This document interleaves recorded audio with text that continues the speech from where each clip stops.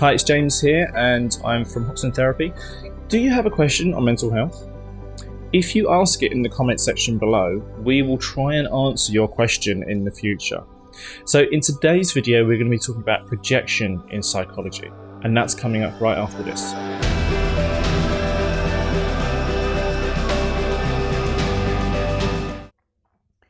So in the psychotherapeutic and analytic theories, this is going back to the time of Freud, and since then, 120 years ago, there's a concept called projection, and this concept, and it's a theory. You can't prove it, but a lot of people think there's some mileage in it. Is I've got something inside me that goes on. Could be sadness, could be even disgust. It could be feeling of being a victim. That's horrible to have. You know, we don't like to feel these things, and then we sometimes call them negative emotions. And we don't like them, and what we naturally try to do is get rid of them. Well, one way of getting rid of them, for example, is getting drunk. You know, so someone might get drunk, take alcohol, so they don't feel sad. For example. So another way of getting rid of them, or trying to, because it doesn't really work, is projection. So what I'm trying to do is I get this part of myself that I don't like, and I try to put it into someone else. And it's a mental process. So the other person probably doesn't know I'm doing it. They're just pissed off with me. or they just think I'm a big head, or whatever it is, or they just experience me as withdrawing. They've got their own experience of me.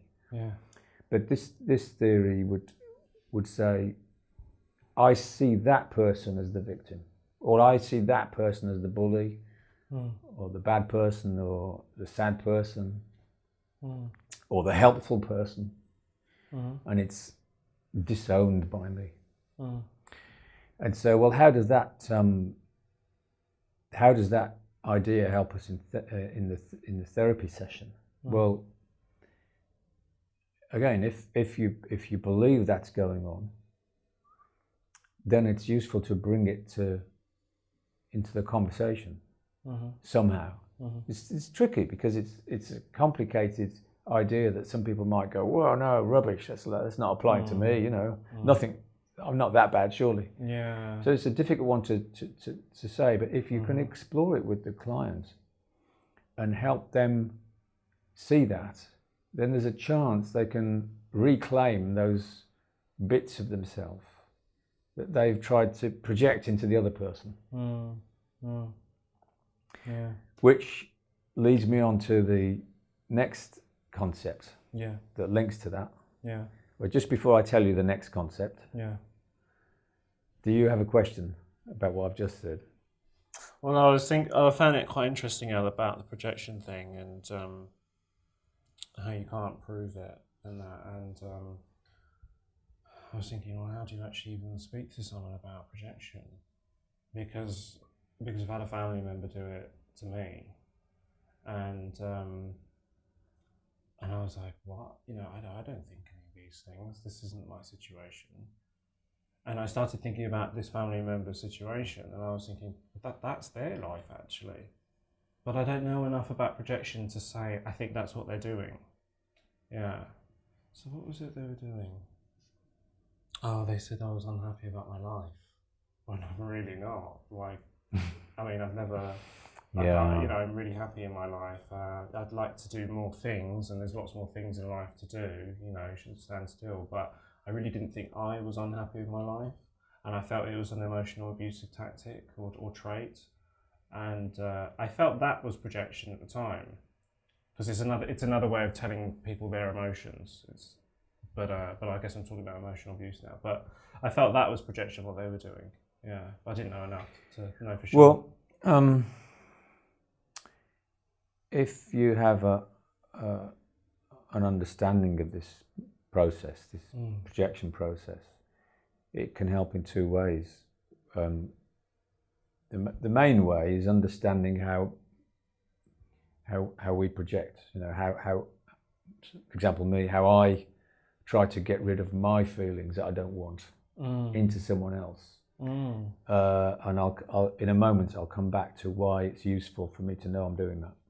Yeah. But the other way, the other reason it's useful is because if I, like you've noticed this other person is trying to do it to you. Okay, so if I notice that, and I've therefore got some clarity about what's going on in our relationship, which stops me, or potentially, if I want to, can stop me from hating them, putting it like that, or stop me from blaming them. I mean, I'm not sorry I'd go on, but I just want to say this: that I'm not saying it's great what's going on. I'm not saying you've got to welcome what's going on. I'm not saying that, because you know what's going on is like this person over here is unhappy, doesn't want to admit it, or let's say it's difficult to admit all of it anyway, and he's trying to kind of put it onto you. I could use the word dump. So dumping it onto you and going, well, James, you're not unhappy either, are you? You know, we're both in this unhappiness boat. So they want you to have some of their unhappiness. It's as simple as, if I can illustrate it physically. Yeah. It's as though like this here is some of my unhappiness. Yeah. It's unbearable. Yeah. And I just go boom, and I throw it over to you, and you know you've got to have it. Right. You know you can be burdened with this. Yeah. And of course it feels horrible. Yeah, you know that did cross my mind when they said that to me. Actually, yeah, it did cross my mind. But again, I thought that, but I was like, well, I've never heard anyone say something like that before, so I don't know for sure. Yeah. So as I say, it could potentially mean that you would, if you saw that was happening, if you choose to, you could be more accepting of that other person. Yeah. As a person. Well, I was, and you know, I didn't like what they were doing, but I didn't try to change them. I just said, look, this is what you're doing. Oh, okay. And it didn't end very well, so that's why I've had to sort of cut ties. And but I also felt very sad for the person, because I'm like, they're probably not very happy. And I didn't think, even without this whole projection thing, I didn't think they were happy anyway, but I can't tell because they always say they are. It's so hard. It's like when they were saying they were happy, in my mind I was thinking, I don't believe you when you say that. And you saying, projecting this whole, where you're not happy with your life, this is why this is coming up in the way it is. I felt like I felt this is reflective of actually your life, actually, not mine. Yeah.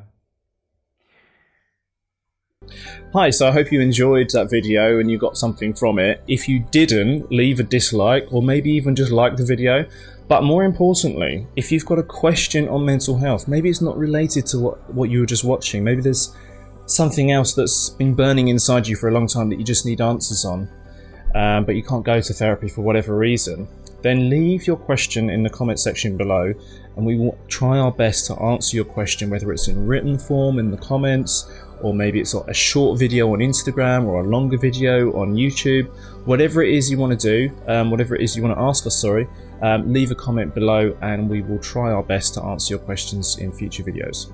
So whatever you do, please like this video, comment if you liked it, leave a dislike if you didn't like it, so we know if you didn't like it. And until next time, stay safe out there. It's like COVID-19 at the moment.